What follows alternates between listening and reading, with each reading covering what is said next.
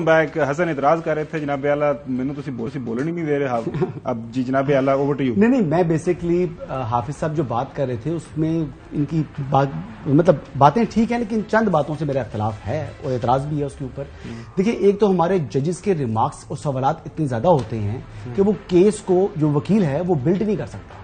تو یہ کچھ ان کو بھی دیکھنا ہوگا. یعنی سوالات اور چیف جسٹس بار بار کہتے رہے پریکٹس اینڈ پروسیجر میں اپنے جو بینچ کا حصہ جو بردر ان کے ججز تھے ان سے, لیکن وہ انہوں نے بات نہیں سنی. اچھا دوسری بات سوالات بھی ہو گئے. اب اس کے بعد کئی وکلا ہوتے ہیں وہ مطلب بیسکلی جو ایک آپ نے حوالہ دیا حافظ صاحب سے کوئی سوال کرنے جا رہے تھے جی آپ حافظ صاحب سر یہ وکلا جو ہے نا وہ بہت لمبی کر دیتے ہیں نا اپنی مطلب جو ابھی جو بات کی ہے ابھی حافظ صاحب نے کوئی بات کی اس کے اوپر آپ کو بات کرنا چاہ رہے تھے کوئی انہوں نے کسی پوائنٹ کے اوپر نہیں وہ کہہ رہے تھے کہ جی 3 دن کی ہیئرنگ ہونی چاہیے جو تنازعات آئے ہیں. یعنی 63A والا آ گیا معاملہ. آپ کو یاد ہے کہ سینٹ انتخابات اوپن بیلٹ سے تھا تو اس میں ہمارے اٹارنی جنرل صاحب جو تھے خالد جاوید خان صاحب انہوں نے کتنے دن لے لیے تھے.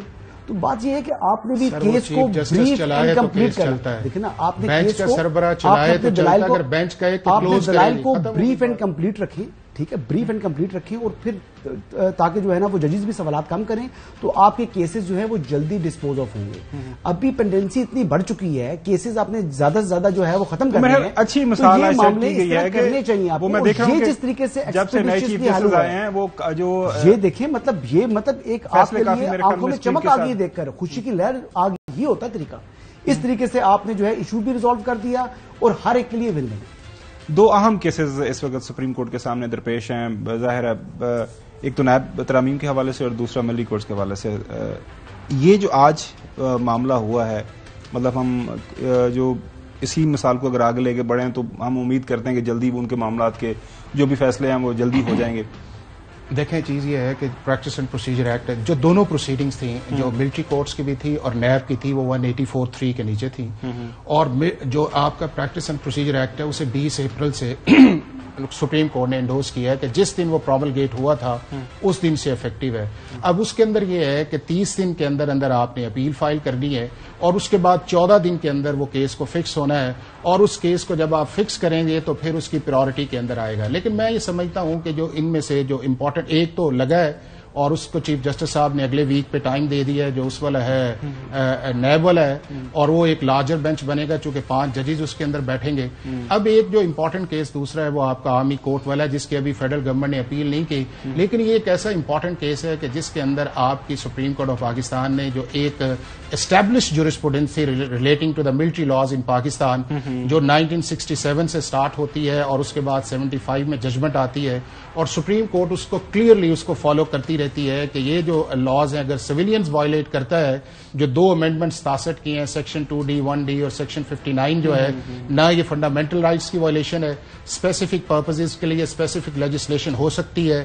ڈیو پروسیس آف لا کی بھی وائلیشنز نہیں ہے اور یہ 5 سے لے کے 17 ججز کے اوپر یہ ججمنٹ آ گئی ہیں.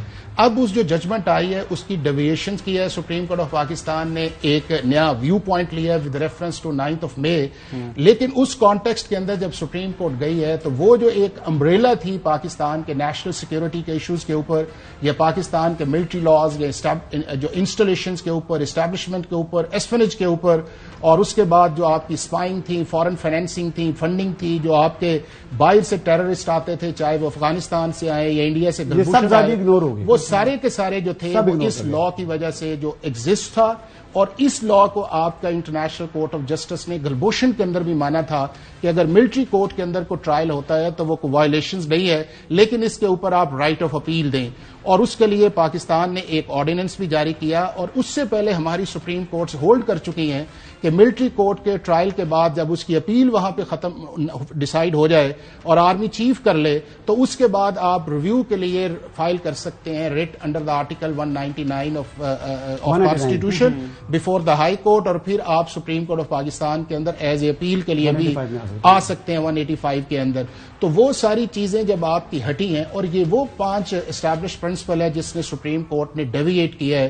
دنیا کے ہر ملک کے اندر ملٹری لا ہے. کوئی ایسا ملک نہیں ہے جہاں پہ ملٹری لا نہیں ہے اور وہ 5 جگہوں پہ اپلائی کرتا ہے. نمبر 1 اس ملک کی ملٹری انسٹالیشنز کے اوپر اس ملک کی اسٹیبلشمنٹ کے اوپر.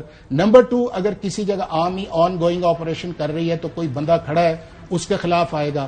نمبر 3 ایسپنیج کے اندر کوئی بندہ نیشنل سیکورٹی کے ساتھ کسی ملک کے ساتھ مل کے یا اس کے اندر بیٹھ کے. نمبر 4 کہ اگر کوئی آرمی کا بندہ سویلین سائڈ کے اندر آرمی کے اندر کام کر رہا ہے وہ اس کے اندر آتا ہے. اور نمبر 5 اس کے اندر آتا ہے آپ کا کہ وہ شخص جو آرمی کا بندہ ہے لیکن ریٹائرڈ ہو گیا اس چیز کے اندر, اس کے پاس بھی آپ کے راز ہوتے ہیں یا چیزیں ایسی ہوتی ہیں, اگر وہ کام کرے تو he is held responsible under the military laws اور اس کا ٹرائل کیا جا سکتا ہے. اور سپریم کورٹ نے ان ساری چیزوں کو دیکھا ہے, کیا ہے, فیصلہ کیا ہے اور یہ فیصلے اس نتیجے پہ پہنچے کہ پاکستان کے ملٹری لاز یا پاکستان کے ملٹری کورٹس یا پاکستان کے ملٹری کورٹ کا پروسیس جو ہے وہ لیگل, ویلڈ اور کانسٹیٹیوشنل ہے. اور اس کو پاکستان کا جو کانسٹیٹیوشن آرٹیکل 8 کا سب آرٹیکل 3 ہے وہ پروٹیکشن دیتا ہے کہ آپ ان لاز کو on the touch stone of the fundamental rights جو ہے وہ ultra vires of the constitution نہیں کر سکتے. اب یہ پہلی دفعہ نا 21D2 تو اڑا دیا, نہیں کر سکتے لیکن اب یہ گورنمنٹ کی طرف سے یہ کس نے کیس لڑا, کون سا ریویو تو سوری اس میں جو اپیل ہے, اپیل تیار ہے. آپ کو بتاؤں یہ کیس پراپر طریقے سے اسسٹ ہی نہیں ہوا.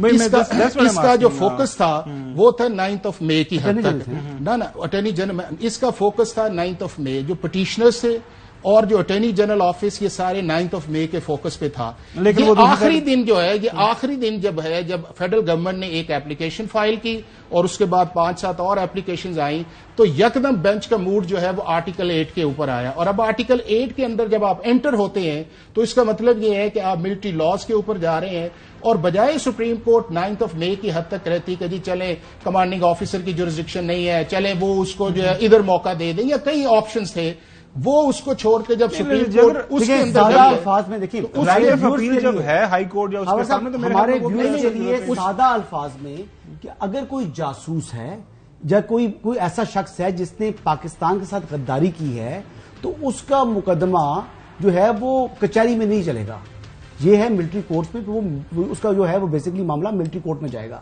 لیکن اب یہ کر دیا ہے کہ وہ سویلین ہے, جاسوس ہے, تو اب اس کا معاملہ جو ہے وہ کچہری میں جائے گا. سادہ الفاظ میں آپ نے بڑی اچھی بات کی کہ یہ جو کیس ہے اس کو صحیح طرح اسسٹ نہیں کیا گیا, لڑائی نہیں گیا, یہ جو ایشوز ہیں یہ سامنے رکھے نہیں گئے. مئی کے فوکس کے اندر نمبر 1 گورنمنٹ سے غلطی یہ ہوئی کہ انہیں ایشورنس نہیں دینی چاہیے تھی کہ ہم ان ٹرائلز کو کنڈیشنل کرتے ہیں with the order of the supreme court. آپ ایک سٹینس لیتے اور سٹینس یہ ہے کلیئرلی ہے اگر کوئی وائلیٹ کرے کسی لا کو اس کے اندر کوئی ایکسکیوز نہیں ہے, اگر وہ اس جگہ پہ جاتا ہے اسے جانا ہی نہیں چاہیے, اگر وہ گیا ہے تو he has to face the legal consequences. کب تک یہ اپیل کب تک اب یہ گورنمنٹ کو کرنی چاہیے. بیسیکلی 2 دن پہلے فائل ہونی تھی, تیار ہو چکی بھی ہے, میں خود دیکھ کر آیا ہوں, لیکن ابھی یہ ہے کہ اس اپیل کے اندر کچھ ایسے ڈاکومنٹس ہیں جو کہ ساتھ لگائے جائیں گے اور وہ سبمٹ ہونے ہیں, اس وجہ سے تاخیر ہے.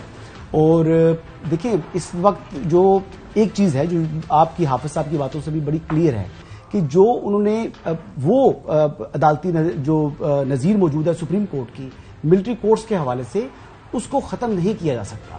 اور یہ جو آپ کی جو مائنر بینچ 11 بینچ